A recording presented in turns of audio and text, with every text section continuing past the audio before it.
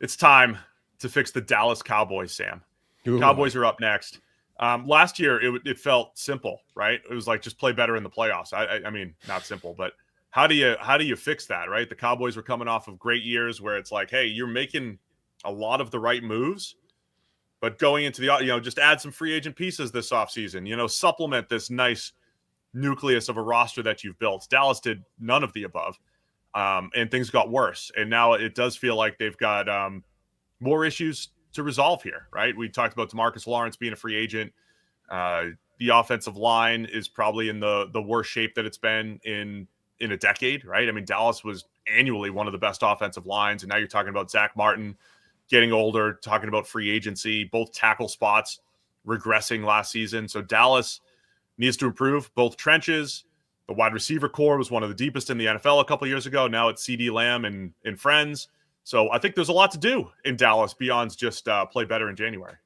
yeah, this happens in soccer sometimes where like if a team doesn't bring in a bunch of signings in the offseason, it feels like they went backwards, even though, the team is basically the same because you lose ground versus everybody else. Dallas feels like the NFL version of that, where obviously you had the farce of Jerry Jones saying all in and then basically doing nothing, like sitting on his hands the whole offseason. But it kind of shows how quickly it can all fall apart if you don't do anything in the offseason. Like if you do not make significant moves, your roster can just erode and fall apart really quickly. And that feels like what's happened to Dallas. Like star players got hurt or played badly, and now you have a ton of holes open up on this roster. So like the power of future proofing and bringing in players not just for this year but for the next year is real. And if all you do in an offseason is sign a couple of like 1 year stopgaps, all you did is like increase the weight of next year's losses when you get around to that time. So here we are. Where do we start with Dallas? Right? I mentioned. Let's talk O-line here. Man, I've changed, Sam. I used to start with QBs and pass catchers only. Ooh, QB is you're stuck. We with know it, that's right? Like I used to start with pass catchers. Now look at me starting with the line. Is this the Eagles effect on me? Is this the Eagles affecting everyone here? No, I was already moving this way. They drafted Tyler Guyton in the first round last year. I mentioned that he might be the most important first-round pick because they're expecting this developmental project to step in and play left tackle on a team with Super Bowl aspirations. Well, Guyton had a 49 PFF grade last year, got benched multiple times, but he's still penciled in as the starting left tackle. I mean, you're not stuck with him, but you bought into the developmental aspect of Guyton, so he's there, right? Terrence Steele. He's making over $16 million a year. He's okay at right tackle. Zach Martin, who we mentioned, free agent plus potential retirement. Left guard and center looks pretty good. So either way, I think you need depth. You're not going to replace either of those tackles, but I think you want to have some tackles for the future in case Guyton doesn't figure it out and, give you some flexibility and you have to, get better on the interior. I mean, I think we're both going to be coming from the same place, which is the thing that you need to address the most is to make sure the situation around Dak Prescott is as good as it can be, right? Like you've paid Dak this giant sum of money, you've paid CeeDee Lamb this giant sum of money. Now you need to make sure that isn't just wasted money because they need to be able to function as a unit, and they haven't been. Particularly, certainly didn't last year, even before Dak got hurt, and they haven't in the past unless other things around them have been really good. The line, you're right, has kind of fallen apart, but also the receiving core has fallen apart. So now it's CeeDee Lamb, great, but Brandon Cooks is gone. And then you have all the Jalens, right? Jalen Tolbert, Jalen Brooks, like all these guys who are maybe nice threes, fours, but I don't think you want them as your number two. I think they need that's a team, unlike Washington, who I think does need a significant wide receiver too, because I think Dak Prescott in his career has shown himself to be extremely susceptible to changes in his environment, whether it's receiving core or offensive line. And right now, both of them are weaker than they've been in the past. All right, so you're talking receivers. I want to circle back here though, because Brian Schottenheimer taking over as head coach, and of course it was controversial because no one else interviewed Schottenheimer. New offensive coordinator is Clayton Adams, who just came out this week. He's an O-line guy, right? He's saying the Cowboys want to, quote, create violence in the run game, end quote. And Schottenheimer, remember, like he was he was calling plays for Seattle when Russ was having those games where he'd throw the ball 22 times and 24 times. I really think Dallas might want to reshape everything up front, run the ball like crazy, and they might go full investment in the run game. Now we're fixing the team here. We're doing our own thing. But I think that really might be what they want this identity to be. Mike McCarthy was, I'm not saying McCarthy was wrong for this. Pass heavy, game script was generally put the ball in Dak's hands. Dak had his best statistical season in 2023 with McCarthy's play calling. CeeDee Lamb's your best player on offense. You want to get him the ball. But I do wonder how much Dallas is going to go back to this, old school pound the rock, Schottenheimer style ball. And that if that's the strategy, maybe Tyler Guyton isn't safe, right? Maybe they are going to go and try to reshape the entire thing up front and go all in at running back, which opens up the door for an Ashton Jeanty in the first round for the Dallas Cowboys at pick number 12. Ashton Jeanty is the pick that like everyone wants to make happen in the draft. It's that classic example though of like it's a broken situation. Like I don't want Ashton Jeanty coming in to try and fix the Dallas run game. The run game needs to be fixed before you bring in Ashton Jeanty. If it's fixed, I'm all for bringing in a guy like Jeanty because I think he's amazing, but I don't want to bring him into a line that isn't functioning. So at the very minimum, you would need to like overhaul that group in free agency before you're even vaguely confident that the line is good enough and competent enough that Jeanty can come in and make the kind of difference that he needs to make if you're going to draft him that high in the draft. So where are we fixing this in free agency? As far as the offensive line goes? Yeah. I was thinking Mekhi Becton could be a good fit. You're just going to bring in 365-pound people? Yes. I mean, before I was even thinking about, hey, we need to, this is going to be a run first type of team and they're going to, create violence and all that stuff. I do think Becton earned himself some money with a solid performance after moving from tackle, right? And with Zach Martin, this is a Zach Martin replacement here. I think Becton could be a good fit there. I'm not suggesting that they draft Jeanty. I'm just saying I think that thought is absolutely going to cross their mind. I think more realistically in the first round, though, with DeMarcus Lawrence, potentially out here, I would love to bring him back. By the way, on a buy low, second time. All those edge rushers, James Pierce, Mykel Williams, Jalen Walker. I think all of those guys should realistically be in play. Opposite Micah Parsons in the first round. I've pivoted a little bit, but yeah. So I gave Becton on the O line. Do you have any other options on the because I don't. Cooper Beebe was fine at center. Like I don't think they're replacing anyone else really up front unless they decide these guys don't fit the new scheme. I think Beebe was solid, certainly, especially relative to where he came from. Mid-round draft pick. Obviously, Tyler Smith, the left guard, is good.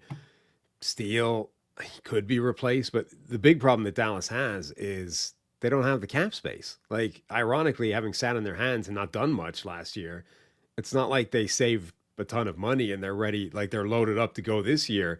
Like, because of the contracts and the way that they goof around with that, game of chicken when it comes to extending players, like the deals are more punitive than they should be from a team point of view. And they head into free agency. Now they can make some space. But this is not they're not like Washington, right? Who's already sitting there with $80 million worth of war chest ready to deploy. This is a team that's pretty hard up against the cap and can probably only make, one significant signing. And if that's Becton, okay, like Becton theoretically would upgrade that offensive line relative to last year and hopefully going forward. He's still an injury risk though. Like Becton's, one of his biggest problems was not necessarily the play early in his career at tackle, but like the dude got hurt a lot. And even this year, got hurt at times. I would be definitely twitchy about giving him, high end money and relying on him as one of my starting 5 offensive linemen.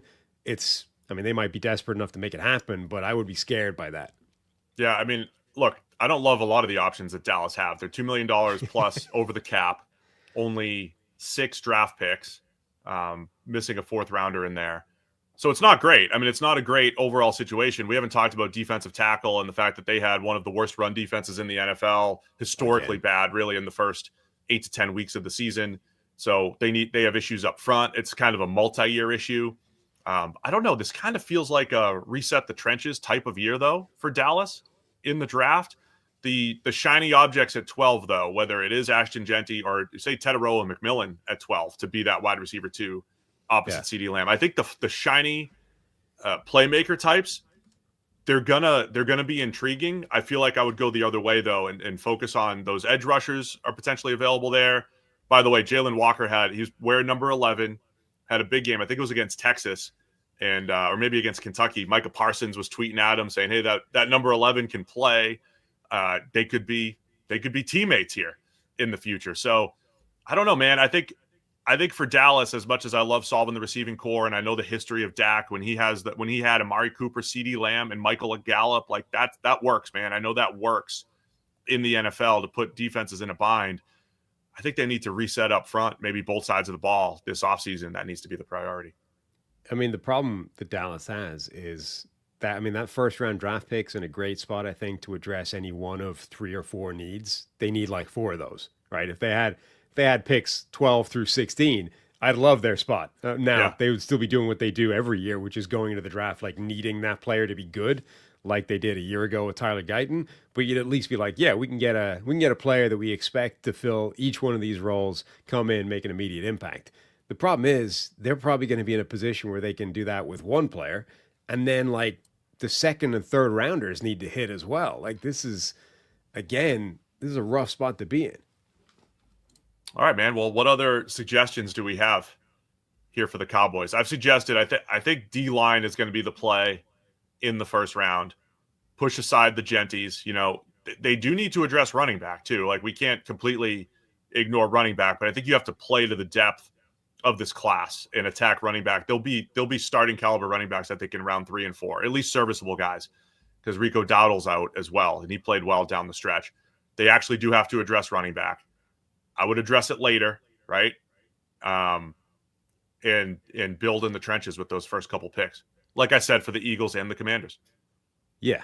And you'll say for most people. It's just this the philosophy that GM Steve has not been afforded the chance to do with because Jacksonville didn't put you on the short list. They didn't.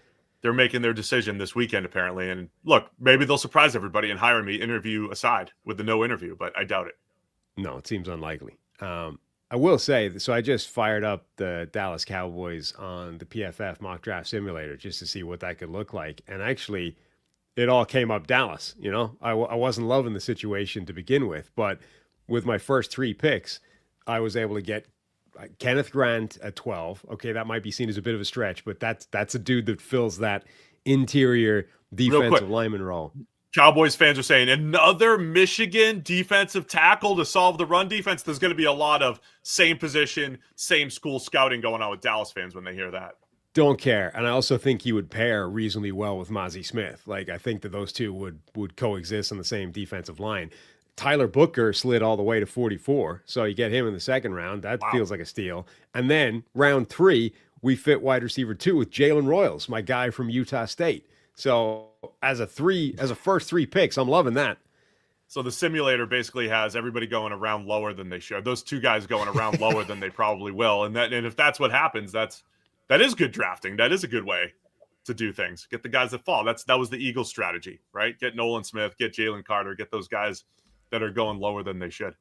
And look, you can say there's no way that ever happens, but we're months out from the draft. Who the hell knows who's going to slide and who's going to... But, like, this is the kind of draft that Dallas actually needs to have in order to repair this roster in one offseason. Yeah, I wouldn't hate Kenneth Grant there. I think, either way, you're losing Osa Odigizua, potentially losing DeMarcus Lawrence, right? So I think you got to add something on the D-line there. The other name I just wanted to throw out there as far as wide receiver 2 goes, Chris Godwin, I think he's closer to maybe going back to Tampa Bay. They're restructuring his void years so they can negotiate and, try to take care of business there. But I would love a Chris Godwin. He's another one of those buy low coming off of injury type of candidates that I think would be again, right? I mean, it's like it took him a couple years to get back to full speed after he got injured the first time. So that's a little risky, but as a compliment to CeeDee Lamb, who could still get open, toughness over the middle, would love Godwin if they can get him for the right price for Dak. That was that was one of the most sort of heartbreaking scenes of the 2024 season was Godwin going down, knowing immediately like this is a bad injury again, sitting there on the cart on his way off. and saying or mouthing to somebody like, time to go again. Like the dude had just been through these rounds and rounds of like rehab, endless rehab, just try to get back to the thing you're supposed to be doing, and then had been healthy for a little bit, and then boom, significant injury, and he's like, back at it again. Like that's gotta suck. So you would definitely fix the Cowboys with your draft picks. Again, I think edge or interior D line, depending on the right guy, will be there in round one. I think we're moving in the right direction for Dallas. Reset the trenches, get that new attitude, win in January type of offseason year here for Dallas. Draft a running back in the middle round. So that's round 4 for you, or they're missing a 4th, but even in the 5th, they'll be able to pick somebody up. Yeah, that would have been the next pick. Yeah, perfect. Cowboys fixed? Yeah, sure. I love when we get to the end of it. It's like, I don't know if we actually fixed it. We did our best. We're doing our best here. Thanks for watching all the way to the end of our video. For more great content, click here to subscribe and here to watch another video. We'll see you again soon.